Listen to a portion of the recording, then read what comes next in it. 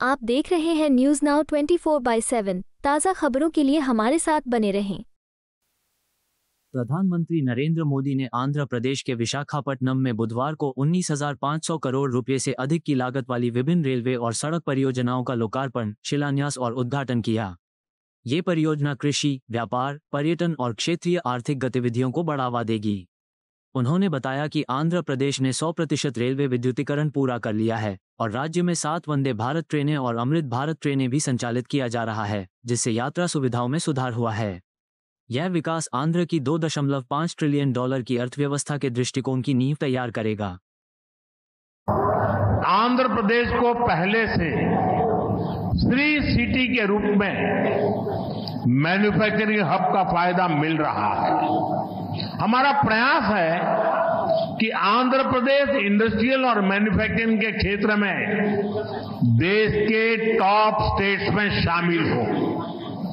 Manufacturing को बढ़ावा देने के लिए हमारी सरकार पीएलआई जैसी स्कीम्स चला रही है। इसका परिणाम ये है कि आज कई प्रोडक्ट्स की मैन्युफैक्चरिंग में भारत की गिनती दुनिया के टॉप कंट्रीज में होने लगी है। మిత్రులారా, ఆంధ్రప్రదేశ్లో నేడు శ్రీ సిటీ రూపంలో తయారీ రంగం యొక్క ఉపయోగం ప్రజలకు అందుతుంది. మా ప్రయత్నం ఏంటంటే ఆంధ్రప్రదేశ్ రాష్ట్ర పారిశ్రామిక మరియు తయారీ రంగంలో దేశంలోనే అగ్రగామిగా నిలబడాలి.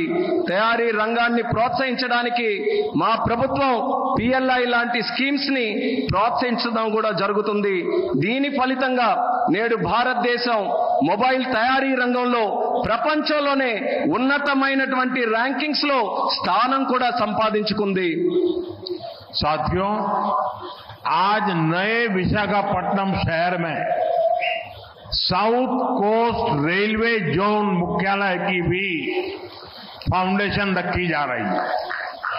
आंध्र प्रदेश के विकास के लिहाज से ये बहुत इंपॉर्टेंट है। लंबे समय से एक अलग रेलवे जोन की मांग हो रही थी। आज ये स्वप्न साकार हो रहा है।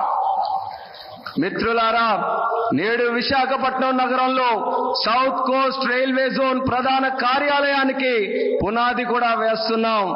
ఆంధ్రప్రదేశ్ అభివృద్ధి దృష్ట్యా ఇది చాలా ముఖ్యమైనటువంటి కార్యక్రమం.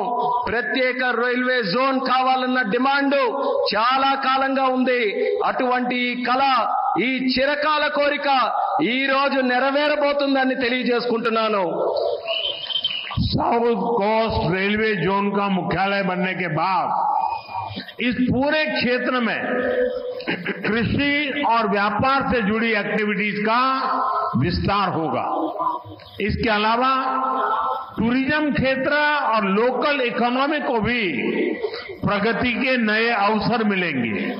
సౌత్ కోస్ట్ రైల్వే జోన్ యొక్క ప్రధాన కార్యాలయం అయిన తర్వాత మన ఉత్తరాంధ్ర ప్రాంతంలో వ్యవసాయం మరియు వ్యాపారానికి సంబంధించి కార్యకలాపాలలో విస్తరణ జరగబోతుంది. ఇంతే కాకుండా పర్యాటక రంగం మరియు స్థానిక ఆర్థిక వ్యవస్థకు కూడా కొత్త అవకాశాలు లభిస్తాయని తెలియజేస్తున్నాను. आज यहां कनेक्टिविटी से जुड़े thousands ऑफ करोड़ के प्रोजेक्ट का उद्घाटन और शिलान्यास भी हुआ है। रेलवे के क्षेत्र में आंध्र प्रदेश उन राज्यों में शामिल है जहां 100% इलेक्ट्रिफिकेशन हो चुका है। आंध्र प्रदेश के 70 से ज्यादा रेलवे स्टेशनों को अमृत भारत स्टेशन योजना के तहत डेवलप किया जा रहा है। आंध्र प्रदेश के लोगों की ईज ऑफ ट्रेवल के लिए 7 वंदे भारत ट्रेनें और अमृत भारत ट्रेन भी चलाई जा रही है। నేడు కనెక్టివిటీకి సంబంధించి వేల కోట్ల విలువైన ప్రాజెక్టులు ఇక్కడ ప్రారంభోత్సవం మరియు శంకుస్థాపన జరుగుతుంది.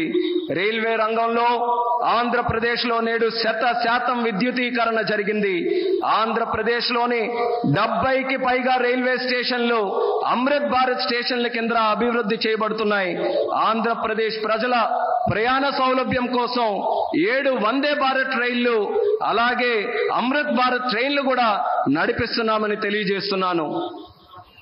साथियों, आंध्र में ये infrastructure revolution, better connectivity, better सुविधाएं, इनसे पूरे प्रदेश का लैंडस्केप बदलेगा. इससे ईज ऑफ लिविंग और ईज ऑफ डूइंग बिजनेस बढ़ेगा. यही विकास आंध्र की करीब $2.5 ट्रिलियन इकोनॉमी का आधार बनेगा. साथियों, विशाखापट्टनम और आंध्र प्रदेश के कोस्ट सैकड़ों वर्षों से भारत के ट्रेड का गेटवे रहे हैं.